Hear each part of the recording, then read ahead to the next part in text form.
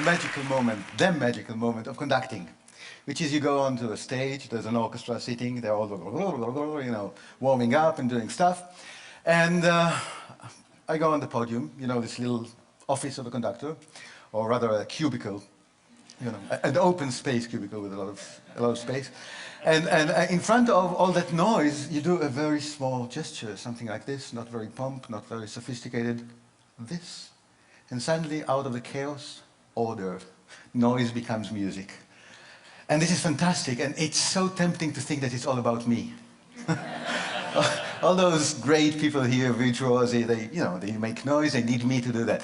Not really. If it were that, I would just, you know, save you the talk and teach you the gesture.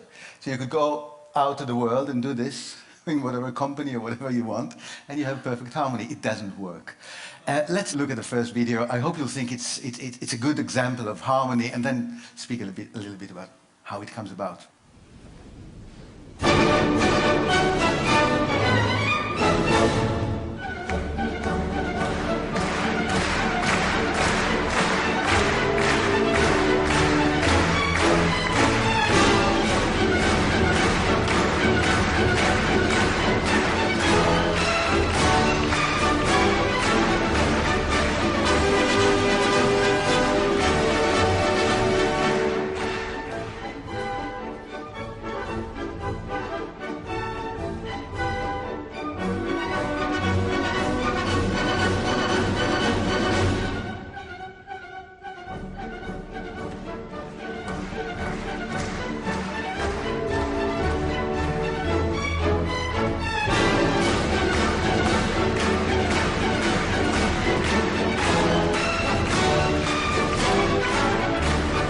Was that nice? So if that was a sort of a success, now who should we thank for the success? I mean, obviously the orchestra musicians playing beautifully, the Vienna Philharmonic Orchestra. They don't often even look at the conductor. And then you have the clapping audience, yeah, actually taking part in doing the music. You know, Viennese audiences usually don't interfere the music. Yeah? This is the closest to an oriental belly dancing feast that you ever get in Vienna. Yeah? Unlike, for example, in Israel, where audiences cough all the time. Yeah? You know, Arthur Rubinstein, the pianist, used to say that anywhere in the world, people that have the flu, they go to a doctor. In Tel Aviv, they come to my concerts. So that's a sort of a tradition. But Viennese audiences do not do that. But here they go out of the regular, just to be part of that, to become part of the orchestra, and that's great. You know, audiences like you, yeah, make the event. But what about the conductor? What can you say the conductor was doing, actually? Yeah, he was happy, and I often show this, you know, to senior management. People get annoyed. You come to work. How come you're so happy? Something must be wrong there, yeah? But he's spreading happiness. And I think the happiness, the important thing is this happiness does not come from only his own story and his joy of the music. The joy is about enabling other people's stories to be heard at the same time. You have the story of the orchestra as a professional body. You have the story of the audience as a community. Yeah? You have the stories of the individuals in the orchestra and in the audience. And then you have other stories, unseen. People who built this wonderful concert hall. Yeah? People who made those, you know, Stradivarius, Amati, all those beautiful instruments. And all those stories are being heard at the same time. This is the true experience of a live concert. That's a reason to go out of home. Yeah? But not all conductors do just that. Let's see somebody else, a great conductor, Riccardo Muti, please.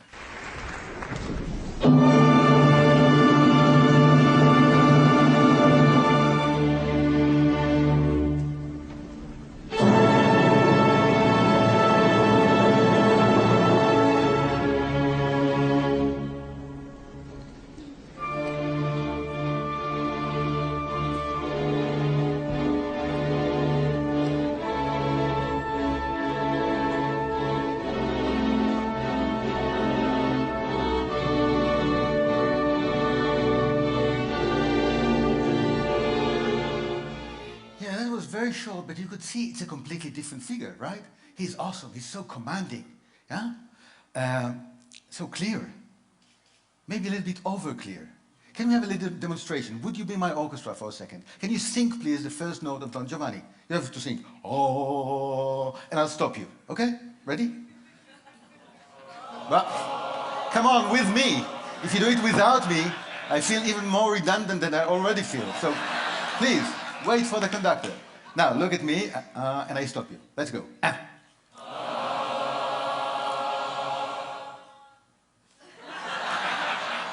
So we'll have a little chat later, but there's a vacancy for a...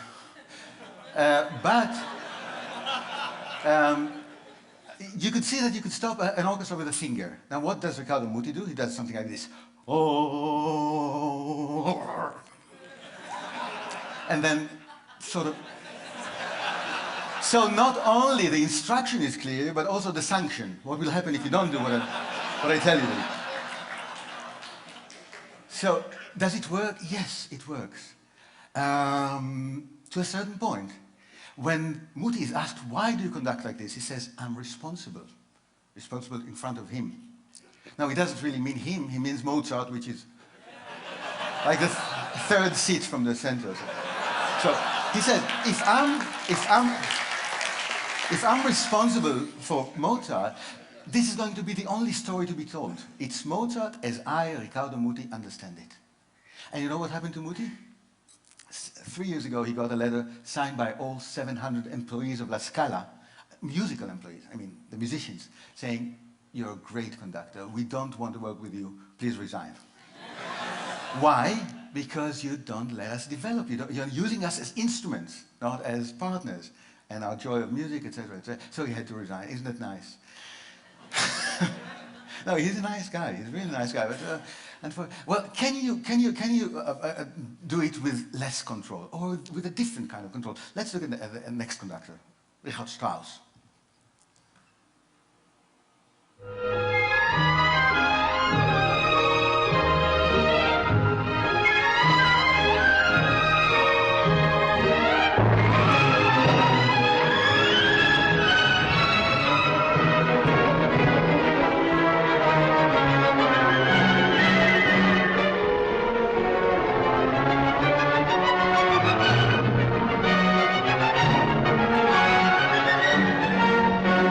I'm afraid you'll get the feeling that I really, picked up on him because he's old, and it's not true. When he was a young man, about 30, he wrote what he called the 10 Commandments for conductors. First one was, if you sweat by the end of the concert, it means that you must have done something wrong. That's the first one. The fourth one you like better. It says, never look at the trombones. It only encourages them.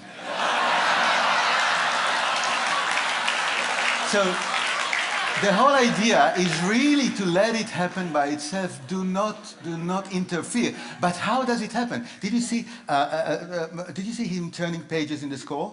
Now, either he's senile and doesn't remember his own music because he wrote the music, or he's actually transferring a very strong message to them saying, come on guys, you have to play by the book.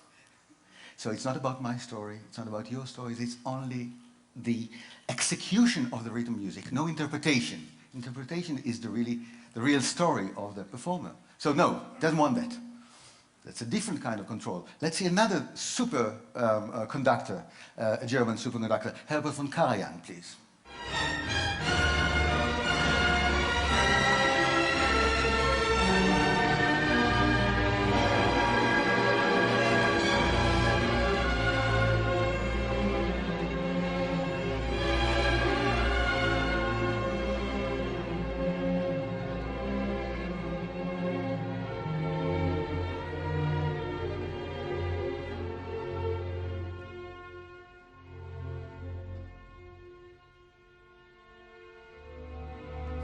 What's different? Did you see the eyes? Closed. Did you see the hands? Did you see this kind of movement? Let me conduct you twice. Once like a Muti, and you'll clap. Just once, and then like Karajan. Let's see what happens, okay? Like Muti. Be ready? Because Muti... Okay? Ready? Let's do it. And then. Good. Now like a Karajan. Since you're already trained, let me concentrate, close my eyes. Come. Why not together? Because you didn't know when to play. Now, I can tell you, even the Berlin Philharmonic don't know when to play. Yeah? But I'll tell you how they do it. No cynicism, this is a German orchestra, yes? They look at Karajan, and then they look at each other. Like, do you understand what this guy wants? And after doing that, they really look at each other, and the first players of the orchestra lead the whole ensemble in playing together. And when Karajan is asked about it, he actually says, yes, the worst damage I can do to my orchestra is to give them a clear instruction, because that would prevent the ensemble, the listening to each other that's needed for an orchestra. Now that's great. What about the eyes? Why are the eyes closed? Yeah? There's a wonderful story about Karajan conducting in London, and he cues in a flute player like this. The guy has no idea what to do. So, Maestro, with all due respect, when should I start? What do you think Karajan's reply was? When should I start? Oh yeah. He says, you start when you can't stand it anymore. Meaning that you know you have no authority to change anything. It's my music. The real music is only in Karajan's head, and you have to guess my mind. So you are under tremendous pressure because I don't give you an instruction, and yet you have to guess my mind. So it's a different kind of a very spiritual, but yet very firm control. Can we do it in another way? Of course we can. Let's go back to the first conductor we've seen. Carlos Kleiber, his name. Next video, please.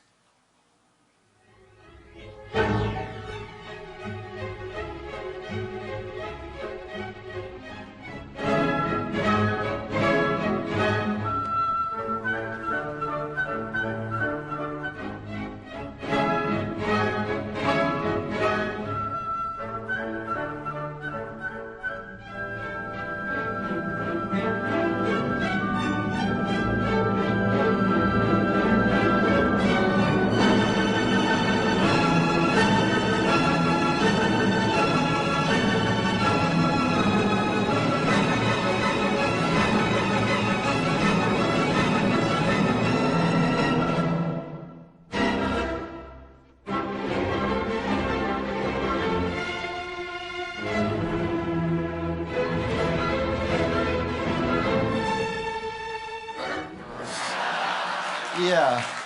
Well, it is different, but isn't that control in the same way? No, it's not, because he is not telling them what to do.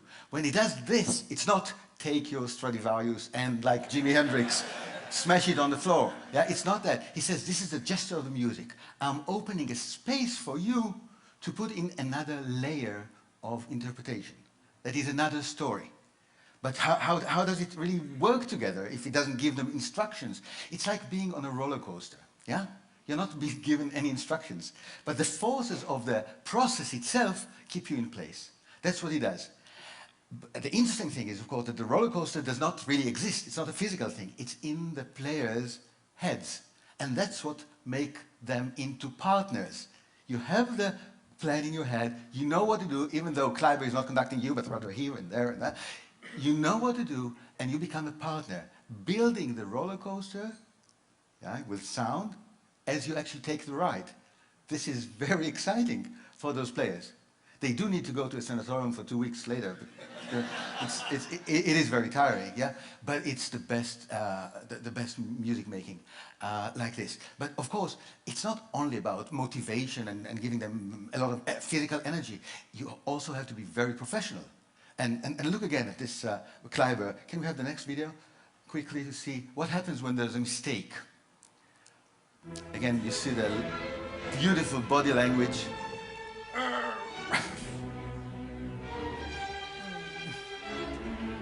And now there's a trumpet player who does something not exactly the way it should be done. Go on with the video. Look. See? Second time for the same player. And now the third time for the same player.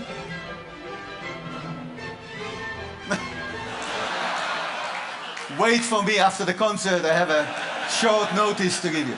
You know, when it's needed, the authority is there. It's very important. But authority is not enough to make people your partners. Let's see the next video, please. See what happens here. You might be surprised, having seen Kleiber as such a hyperactive guy. He's conducting Mozart. whole orchestra is playing. Now something else. Huh.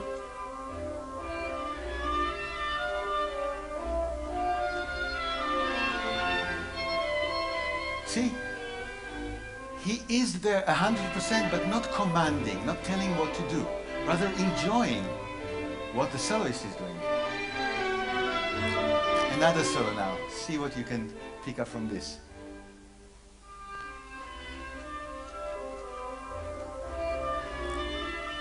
Look at the eyes. Okay. You see that? First of all, it's a kind of a compliment we all like to get. It's not a feedback. It's, yeah, it comes from here. So that's a good thing. And the second thing, it's about actually being in control, but in a very special way. When Kleiber does, did you see the eyes going from here? Tom? You know what happens? Gravitation is no more. Kleiber not only creates a process, but it also creates the conditions in the world in which this process takes place. So again, the oboe player is completely autonomous and therefore happy and proud of his work and creative and all that. And the level in which Kleiber is in control is a different level. So control is no longer a zero-sum game. You have this control, you have this control, and only put together in partnership brings about the best music. So Kleiber is about process, Kleiber is about conditions in the world, but you need to have process and content to create a meaning. Lenny Bernstein, my own personal maestro, since he was my great teacher, Lenny Bernstein always started from the meaning. Look at that, please.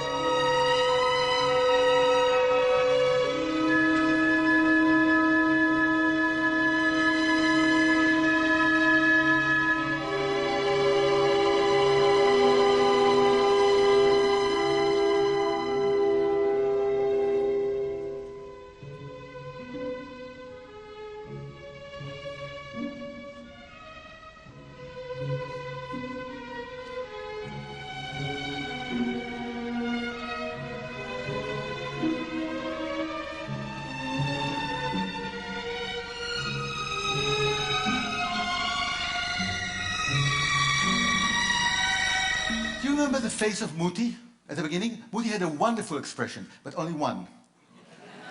Did you see Lenny's face? You know why? Because the meaning of the music is pain. And you were playing a painful sound and you look at Lenny and he's suffering, but not in a way that you want to stop. He's suffering like, enjoying himself in a Jewish way, as they say. Yeah? Not only suffering, but you can see the music on his face. You can see the baton left his hand, no more baton. Now it's about you, the player, telling the story. Now it's a reverse thing. You're telling a story and you're telling a story, and even briefly, you become the storyteller to which the community, the whole community, listens to. And Bernstein enables that. Isn't that wonderful? Now, if you're doing all the things we talked about together, and maybe some others, you can get to this wonderful point of doing without doing. And for the last video, I think this is simply the best title. My friend Peter says, if you love something, give it away. So, please.